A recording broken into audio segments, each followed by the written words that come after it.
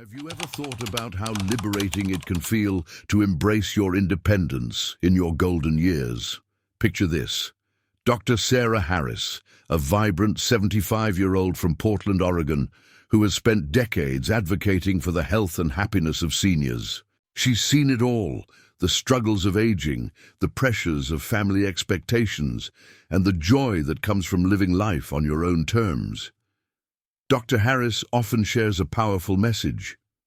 Living alone doesn't mean being lonely. It can be a pathway to comfort and fulfillment. Many seniors find themselves caught in a web of expectations, feeling like they must rely on their children for support or companionship. But what if I told you that choosing to live independently can actually enhance your happiness and well-being? The mystery lies in the freedom that comes with making your own choices, creating your own routines, and enjoying the peace of your own space.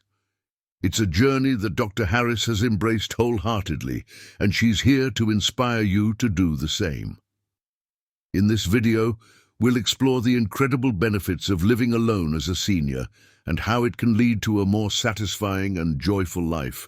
But here's the catch. The most empowering tips and insights are reserved exclusively for our subscribers. So if you want to unlock the full potential of your independence, make sure to hit that subscribe button and join our community.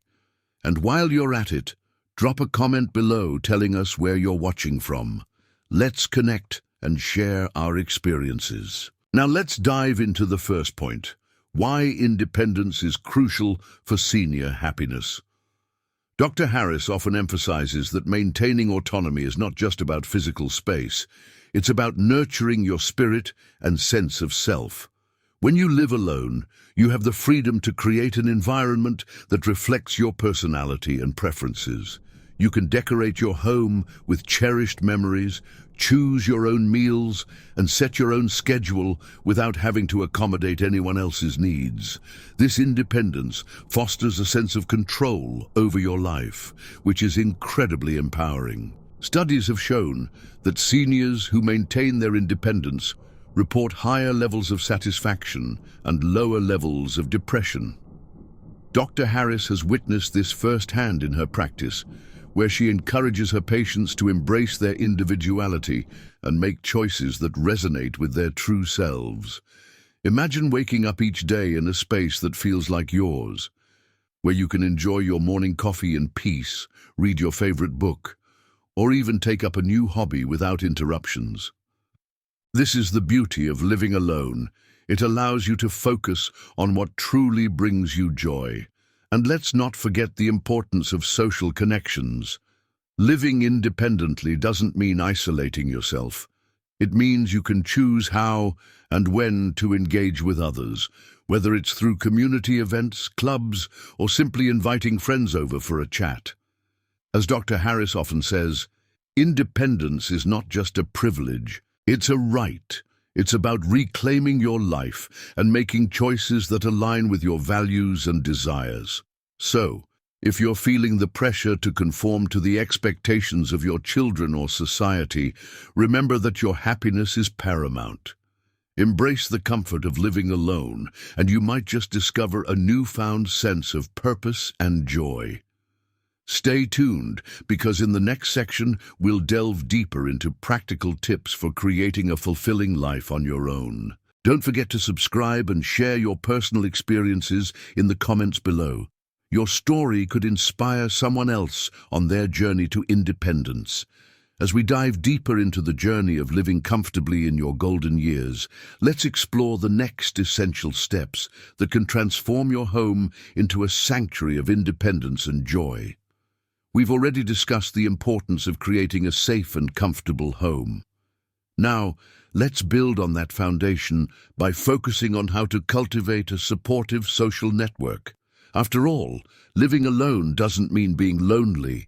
In fact, a vibrant social life can enhance your well-being and enrich your daily experiences.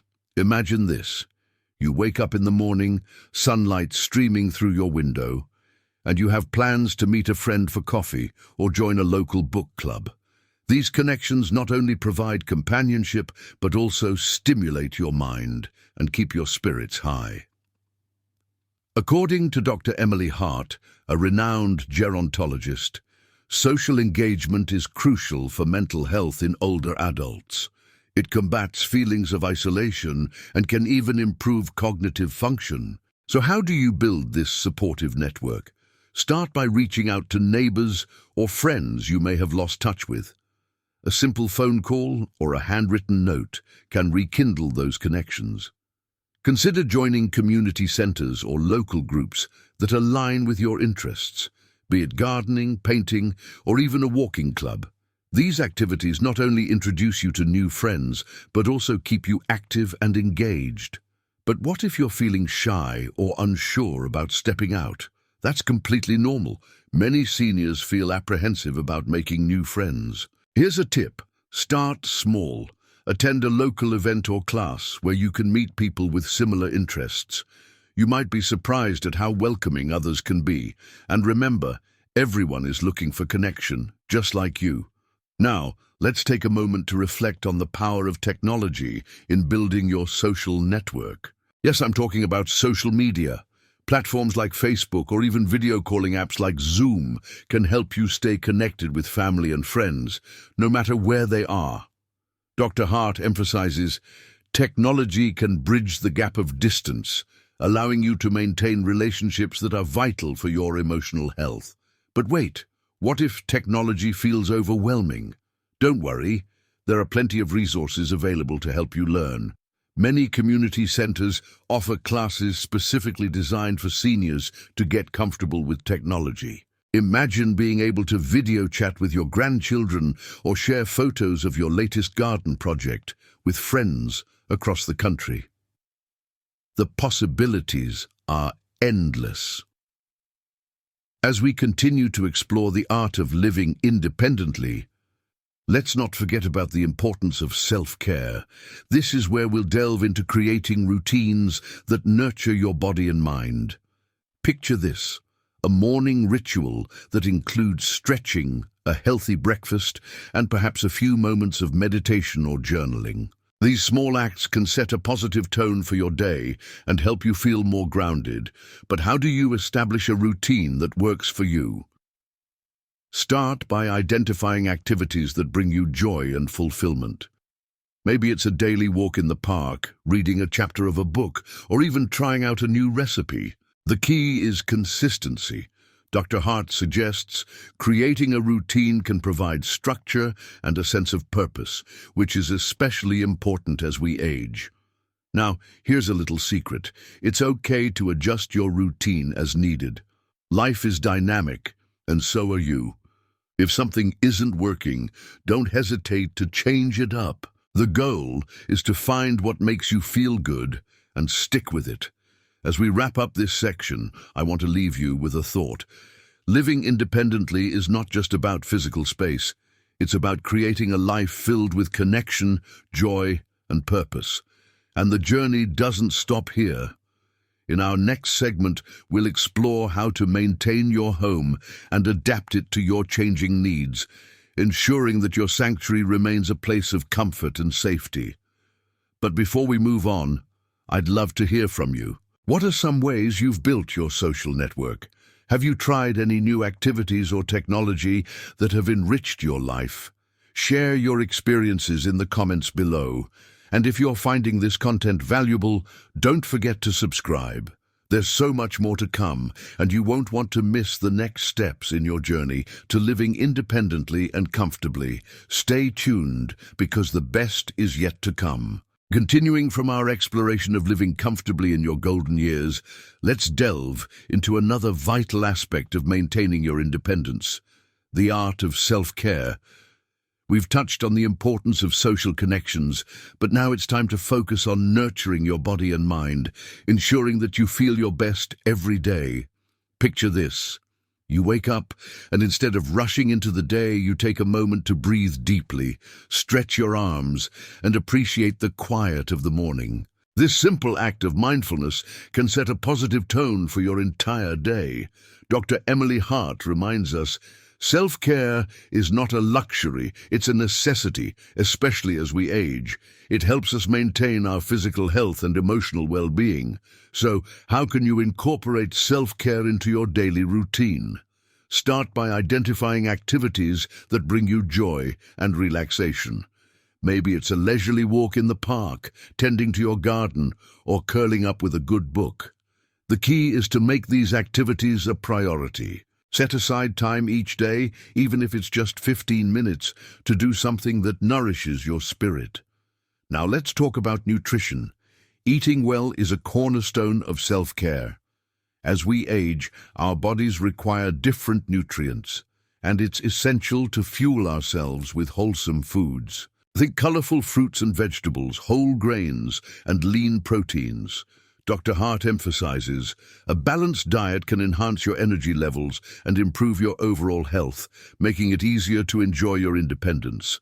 But what if cooking feels daunting? Don't worry. There are countless resources available, from simple recipes to meal delivery services tailored for seniors. You can even invite a friend over for a cooking session, turning meal prep into a fun social activity. And speaking of social activities, let's not forget the importance of movement. Regular exercise is crucial for maintaining strength, flexibility, and balance. Whether it's a gentle yoga class, a dance session, or simply a stroll around your neighborhood, find what feels good for you. Dr. Hart notes, physical activity not only keeps your body healthy, but also boosts your mood and cognitive function. Now here's a little secret. It's perfectly okay to adjust your self-care routine as needed. Life is dynamic, and so are you. If something isn't working, don't hesitate to change it up. The goal is to find what makes you feel good and stick with it. As we continue this journey of independence, let's shift our focus to another crucial element: setting boundaries with family. It's essential to protect your independence while still maintaining loving relationships. This can be a delicate balance, but it's entirely achievable. Imagine this scenario. Your children want to help you with everything, from grocery shopping to managing your finances. While their intentions are good, it's vital to communicate your needs clearly. Dr. Hart advises, setting boundaries is not about pushing people away, it's about ensuring that your autonomy is respected. Start by having an open conversation with your family. Express your desire to maintain your independence and share specific ways they can support you without taking over. Perhaps you'd appreciate their help with errands once a week, but you want to handle your own household tasks. Clear communication can foster understanding and strengthen your relationships. But what if you encounter resistance? It's not uncommon for family members to struggle with the idea of their loved ones living independently. In these moments, patience is key. Reassure them that you're capable and that their support is still valued, but it's essential for you to have control over your own life. As we wrap up this section, I want to leave you with a thought. Living independently is not just about physical space. It's about creating a life filled with connection, joy, and purpose, and the journey doesn't stop here. In our next segment, we'll explore practical tips for maintaining your home and adapting it to your changing needs, ensuring that your sanctuary remains a place of comfort and safety. But before we move on, I'd love to hear from you. What are some self-care practices that have enriched your life? Have you found ways to set boundaries with your family that have worked well? Share your experiences in the comments below. And if you're finding this content valuable, don't forget to subscribe. There's so much more to come, and you won't want to miss the next steps in your journey to living independently and comfortably. Stay tuned, because the best is yet to come.